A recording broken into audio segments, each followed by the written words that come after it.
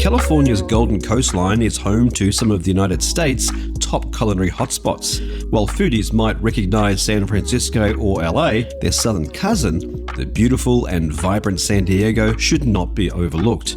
Home to one of the earliest settlements of the West Coast, San Diego is often called the birthplace of California. In this episode, we dive into San Diego's evolving food scene, shaped by its unique geographical location, its fresh seafood, and the people who call it home. Welcome to San Diego.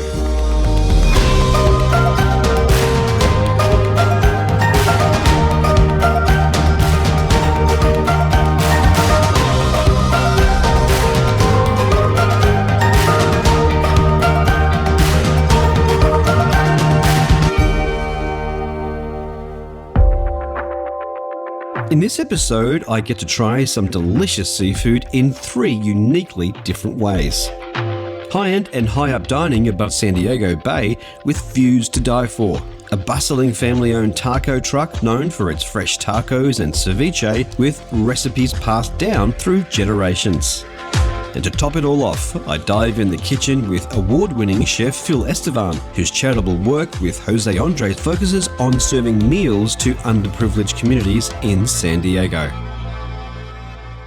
Before I can dig in, I catch up with local tourism board authority Candice. Hello Candice, great to meet you. Hi, so nice to meet you. You're the go-to person when it comes to everything San Diego. I like to think so. I got questions. I want to know the history. The city is changing, and today it's all about seafood, so I want about the food as well. Absolutely. How did San Diego come to be here? You know, San Diego, of course, we had a Kumeyaay Nation, the indigenous people here in San Diego, and then Spanish explorers came, settled in the area, and you can still see a lot of those original settlements actually in Old Town San Diego. The city is, of course, fairly young, also a young energy, so it's constantly growing and changing. I think part of that is there's a big, even right behind us, there's a massive military base here. Yes, several military bases here actually. Right behind us right now? Behind us right now. Yes, we've got a lot of people who are coming and going. So many different perspectives and different culinary styles too, of course. Downtown's kind of cool. It is. We've got little neighborhoods within downtown. We got the Gaslight District? Gas Lamp District. Gas Lamp District, which is all about the food area, right? Yes. And lots of clubs and bars. Well, I've got lots of food to eat as well. Yes. So where would you recommend that I try? I'm meeting up with my guest today, Alexis, and she is a health coach, so I wanted to stay healthy, but I want to do seafood. Where do you recommend? Well, the nice thing is that you can actually find a lot of really tasty and healthy food in San Diego, especially because of all of the great seafood. I'd recommend Tom Ham's Lighthouse. It's of course amazing seafood, but then the view there is just gonna knock your socks off. Right. And then we've got tons of food trucks, so I'd recommend something like that as well, so that you can kind of, get into the neighborhoods, eat like the locals eat. Okay. That's gonna be an experience you're gonna wanna have. You've been amazing. You've set me on my path. Thank you so much. Thank you. Thanks, Have Candice. fun. Shall do. Following Candice's direction, I continue along the beautiful coastline towards the historic eatery of Tom Ham's Lighthouse. Ahead to meet my health coach pal Alexis. Hopefully not too healthy though. I do fancy a bit of a cocktail today. Hey Alexis, great to see you. Hi, good to see you, Gary. Thanks for bringing me here. So we're going to Tom Ham's Lighthouse. Why Tom here? Ham's Lighthouse. It's definitely become a staple of San Diego. It's the best place to go get brunch, get really good seafood. You have the best views, so there's really no reason not to be here. Let's get inside and try it, shall we? Yeah, let's go.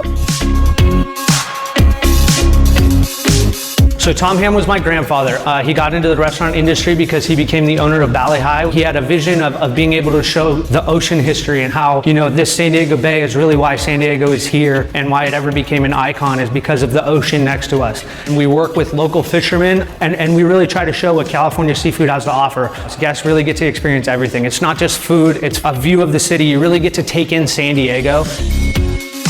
Okay, so you brought me to a very picturesque place. This is incredible. The views of downtown are beautiful. You got the ocean. What more do you want, San Diego? Exactly. And you know what I've noticed? Everyone's kind of healthy here. I would agree with that. I mean, it definitely is more of a healthy lifestyle around here. Talking about being healthy. Talk about being healthy. Thank Let's you. have some drinks. Cheers. Cheers. Thanks for showing me around. This is Absolutely. awesome. Wonderful. How's that? Oh, delicious. Yeah, great. So, health coach. Correct. Tell us about that. What does that mean? So with health coaching, it's working on behavior change, lifestyle change, trying to live an overall healthy life. Let's look at how you're living on a daily basis. So with your exercising, with your eating, just overall incorporating mindfulness into your life. Wow, that was loud. Welcome to San Diego, where planes will happen all day long. So we're right in between the naval base on one side and then we have the airport on the other side. Yep. San Diego's military history acts as a magnet for tourism due to its large retired aircraft carriers and its naval fleet, featuring the USS Midway, a ship built all the way back in 1945. You're a health coach and you're kind of keeping people accountable for their actions. Exactly. Well, I'm drinking too much of this stuff, so of alcohol. Can you help with that? Yes. We'll help with your alcohol problem. Absolutely. You can meet with me on a weekly basis. We'll get that going. I love it. How important is food to a healthy lifestyle? Oh, it's crucial. It's keeping a healthy balance between vegetables, protein, cutting out the junk food, which is such a weakness, especially when you have such good food in San Diego. I know, right? What about the food scene? So what's kind of cool right now, other than obviously you brought me here because of the view and the food's great, but I mean, what else is kind of around? There's a lot of new restaurants that are opening, especially post-pandemic. Yeah. So I would say bar scene is huge. So you have a strip of just bars and restaurants to go see, and they have the tables outside, so it kind of feels like you're in Europe, I feel like, when you're out there. There's an amazing park. This is an incredible place. Where's that place where they got all these museums and stuff? Yeah, Balboa Park. Okay. Definitely the most beautiful park you can see. Further inland, the beautiful Balboa Park is another rich historic hub, featuring several museums, manicured gardens, and even the World's Fair back in 1915. This city, there's so many different elements of this city, right? It's very versatile. Yeah. And I think that's why it attracts so many people. Exactly. Right on the Pacific Ocean here as well, which is great.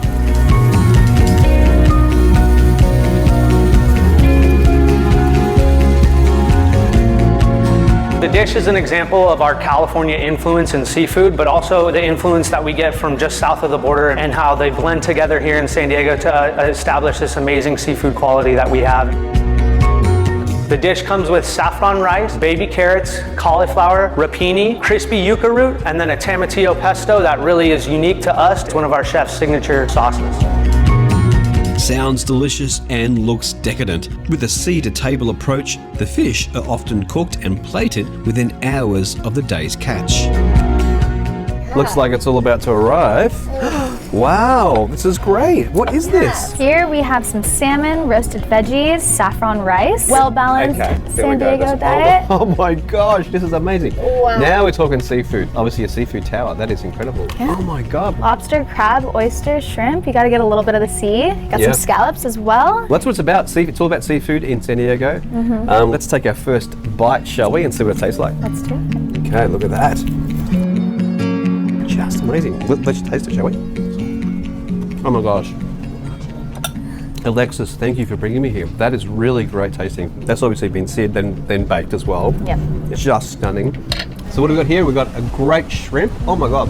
Smells great. And we dip it in the shrimp sauce here? Yeah, the cocktail sauce in the back. I think I went a little too. I think I went a bit too much. A little flavor. Oh my God. Oh wow. That's got a real kick to it. It's a little punch in there. You know what? You can taste the freshness, like it's just come out of the ocean. That's why I love this place so much. Everything's so nice and fresh. We've got a lot of food to eat. Yes. But where are we going next? Next, we're gonna go check out the food trucks of San Diego. All right. Alrighty, let's do it. Following Candace's recommendation, we move from the bay to downtown. Hard to follow a meal like that, but luckily we both left enough room for our next visit.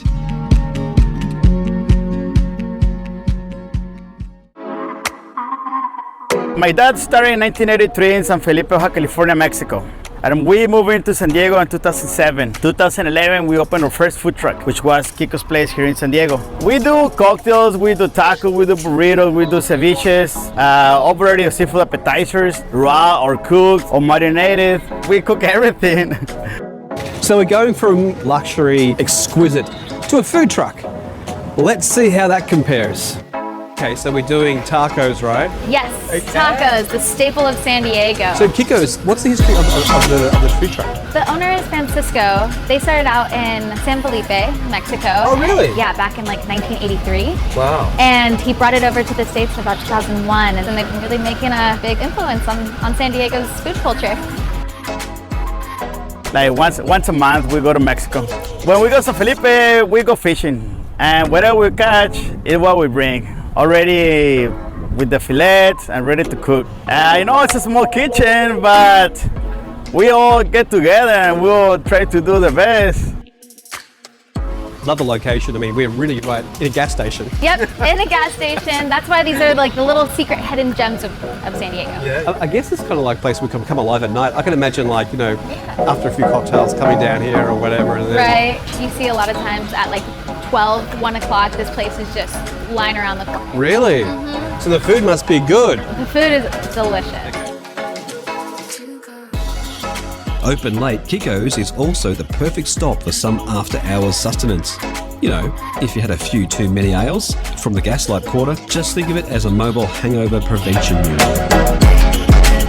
You have a Mexican heritage. Yeah. What's the story? So I'm half Mexican. My mom was born in Coronado, Mexico. That's why my heart is so true to San Diego. The Mexican influence here is just all around you. So do you just go across the border? Can you walk across the border? How does that work? You can walk, you can drive. It takes about 15 minutes. It's so nice. Really? Yeah. So you can literally go there for dinner? Go to TJ, get some really good octopus, and then come back. But they got good octopus here too. Okay, there we go.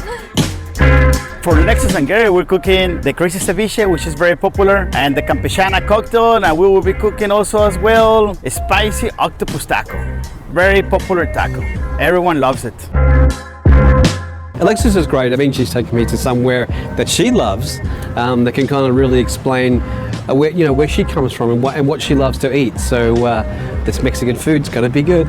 3OG fish tacos, the original Baja style. Okay. We got this spicy seafood mix that it has everything: grilled fish, grilled shrimp. Amazing! How are we going to eat all this? Some tostadas. Tostadas. Oh my God! And it keeps coming. And it keeps coming. Wow! So that looks pretty cool. It's really good. Fresh seafood. Fresh seafood, and Great. the most popular that is the octopus and it's spicy and garlic. Amazing. Alexis, this is out of control. It's amazing. So this is the one I've been waiting to taste. So it's a ceviche, right? Ceviche, the crazy tostada, has almost every bit of seafood that you can get. You got octopus, you have oysters, you have crab. All right, let's give it a try. This looks amazing. Let's do it. Produce there, that's all just so fresh. Oh my God. It just hits you in the mouth. And the right amount of spice to it. Love That's it. Always with the Mexican kick. We have so much more to eat here, so you've been amazing. Thank you. Thank you for showing me your part of San Diego. Thank you for coming around and being down for it. It's amazing. Let's eat. Let's eat.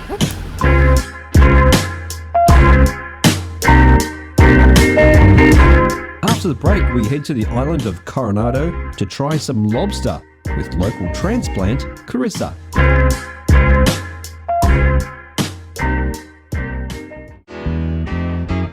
For our next stop, we're heading over the bay to the island of Coronado to try a lobster roll.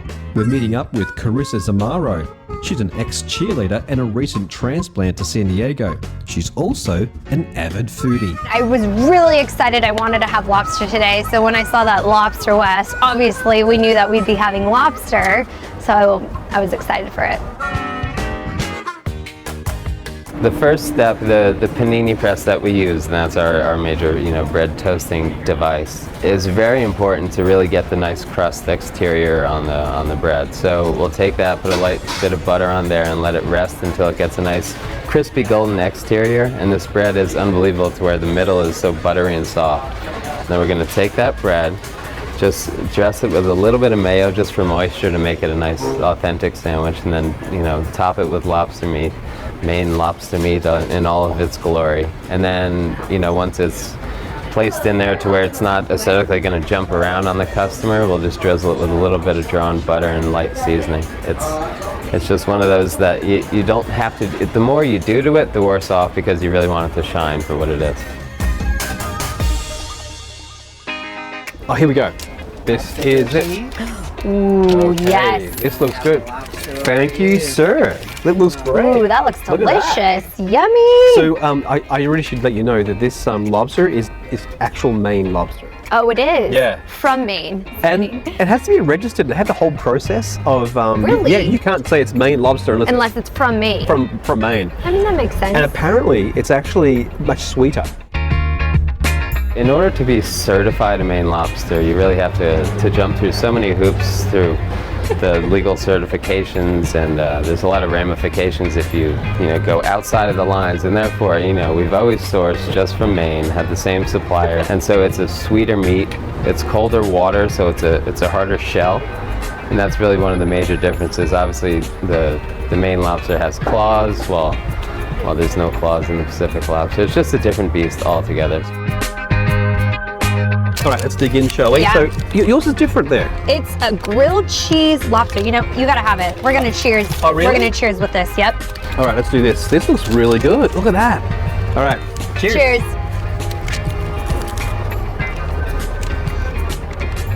That's really good. That is really good. I'm not just saying that. Cheese, you can't go wrong. Wow. This bread is delicious too. What we do, where we grew up, there was more or less on a hot dog bun. We said, the bread is going to be such an important component of what we do. So we have it locally baked, and it's delivered every day. And so it's going to be a lobster roll on the locally baked bread, just with a little butter and seasoning. It's a simple sandwich that kind of speaks for itself. Okay, I'm going to try mine. Okay. That lobster is really good. Is it? Yes. Good portion too. Not just like, a couple pieces. They really load it up for you. For sure.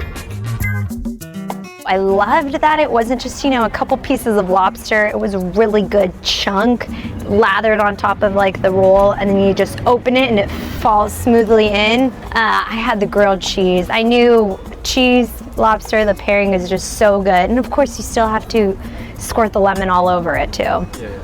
Good flavors here. Sufficiently stuffed, I still have one more stop left on this food tour of San Diego. I'm heading to meet Phil Esteban, a maestro in the San Diego food scene.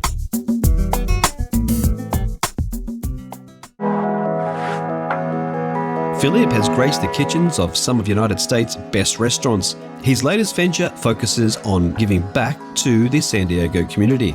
At the center of all Phil's projects is an intrinsic connection with his Filipino roots.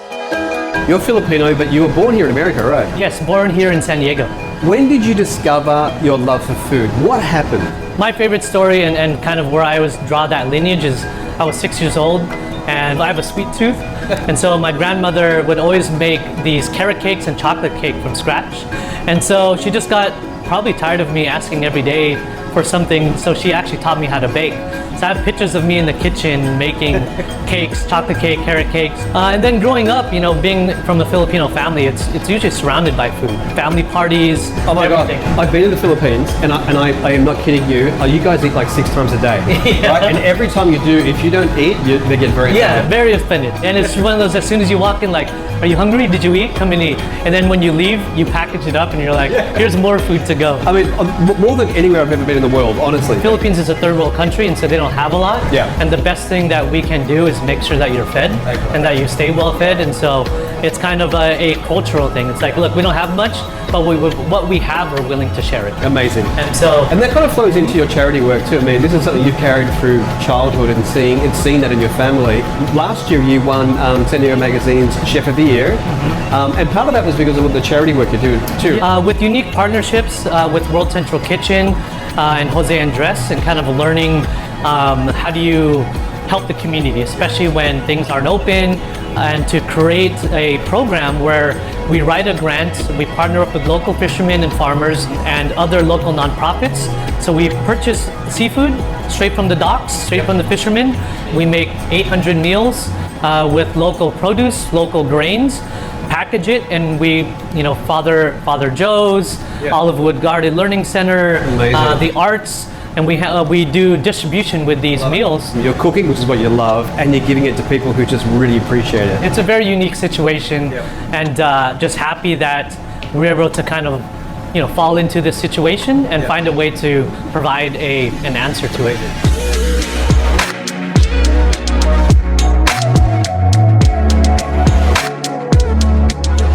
Fisheries are really important to you. Where the fish comes from, that's really important to you, right? Very important, yeah. Right now with the Fish to Families program that we started, we work with fishermen and their families. And the uniqueness about it is that they are multi-generational, over 100 years. And so now this next generation of fishermen are their children taking over the family business. We're not just supporting local economy, but local families that have been here for years.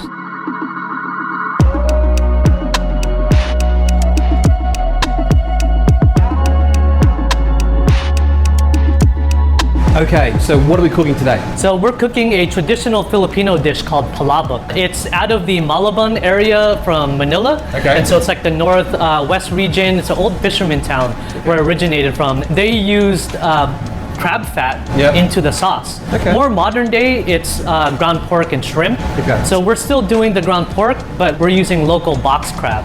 So box crab is grown from San Diego all the way up to Alaska, but the San Diego market is the only market using and selling. Why? You know, I think it taste as good? It tastes as good. It's very buttery. Okay. It's a very big, like it looks like a box. Okay. The king crab is a little bit small and they got the long arms. It's prettier, okay. Yeah, it is. Having the chefs cook with it and learn how to use it, the general public will then understand how to eat it. Let's eat some. Let's do it. So let's go for it. So what we're doing now is we have rice noodles, and so noodles obviously came down from Asia into the islands, and so the box crab is already in here. So we also already make the sauce in here. Yeah, very meaty. So we're gonna go ahead and start bringing this down. We have the sauce into it already. Yep. And pork is a big part of Filipino food too, right? Yeah, it was very heavy in vegetables. Okay. And so meat wasn't really introduced until maybe the last 60, 70 years. Is that right? So a lot of the dishes were traditionally vegetarian or vegan. And so it was cheaper as well because cheaper, it grew a lot. Yeah. But then afterwards, you know, we started to add in like, you know, sisig is another famous one. Yeah. Chop the pork, and it has like citrus. It's almost like a ceviche almost. Okay. That was a vegetarian version before pork was added. Okay. So pork has become a very big staple within Filipino cuisine. Yeah, absolutely. The seasoning in this as well, it has calamansi, which is a citrus that is very unique to the islands as well. So we have the sauce coming together here. And all that rice noodle is absorbing all of that flavor as well. Yeah, exactly. What we're trying to do is make Filipino food palatable. Okay. You know, why hasn't it really hit the market? I've been cooking 18 years, and you know, there are some chefs that are now making a splash within Filipino cuisine, but you don't really see it in the mainstream. It's because it's not so palatable, right? Okay. It's very just on top of rice. You know, very dark colors. And so, you know, we want to keep it very traditional in a sense. Like, how do we make it palatable to everyone? Coming from San Diego, like a taco shop, tortilla is a vessel. To us, white rice and noodles are our vessel. Okay. It's kind of a weird juxtaposition between the pork and the crab, really. And you know, I'm a huge fan of using multiple ingredients. You know, when I like to cook, it'll be maybe pork and crab or two types of protein. And so we have now our rice noodles in the achuete sauce. It has a little bit of fish sauce, calamansi juice, and the crab fat. You can kind of see the richness, the fatness over the top. Ground pork and the box crab in there. Perfect. We have a couple garnishes on top that we're going to use to finish it. Traditionally, it's done with hard-boiled eggs. You would cut it in half and just kind of put it on top. That's the thing I noticed about Filipino food. Almost everything has an egg in it. Everything. It's unique in that sense. Okay, so what have we got here? So this is hard-boiled egg whites on top. This looks really good. It's almost like a, I don't know. A Italian pasta dish, you know? Absolutely, Whatever you put on the top. So we'll have the green onions for garnish. Yeah, it looks great too. And that'll give it a nice little tang too. Yep, so and a little pop of color. Yep. And then the chicharrones is a very classic ingredient on top of it as well. Okay, great. And so we have the chicharrones on top. Yeah. And then we have our toasted garlic. That's going to be great. And that's going to just add that little crunch. Exactly. I'd be looking for in this, to be honest. Which restaurant can people go to eat this dish? It's going to be at White Rice in Liberty Public Market. And this will be available for people to order. Well, okay, let me give it a try and see if the good people of San Diego should be running down there, right? It's kind of like, I'm treating it like a pasta almost. Yeah, it is. Wow. You can really taste the crab. You can't see it too much. But it helps because we steam the crab. We kind of make it almost like a bolognese where you stew down the crab into it. Chef Phil, this is amazing. This is a really tasty dish. I think it's going to be so successful on your menu. And doing it differently so people can understand it, so it's great. Awesome. Thank you so much. Thank you so much. Pleasure. Thanks for having me. I'm going to finish this off. Yeah, go for it. I totally back Phil's desire to move Filipino food into the mainstream. I mean, why shouldn't Filipino be as accessible to other cuisines like Mexican or Thai? My time in San Diego has come to a close. I've learned of the city's vibrant colonial history, naval prowess, and met the next generation of chefs and restaurateurs that are spearheading the gastronomic movement in this Californian utopia. The seafood was incredible and the people even better. Join us next time as we continue our journey through the United Plates of America.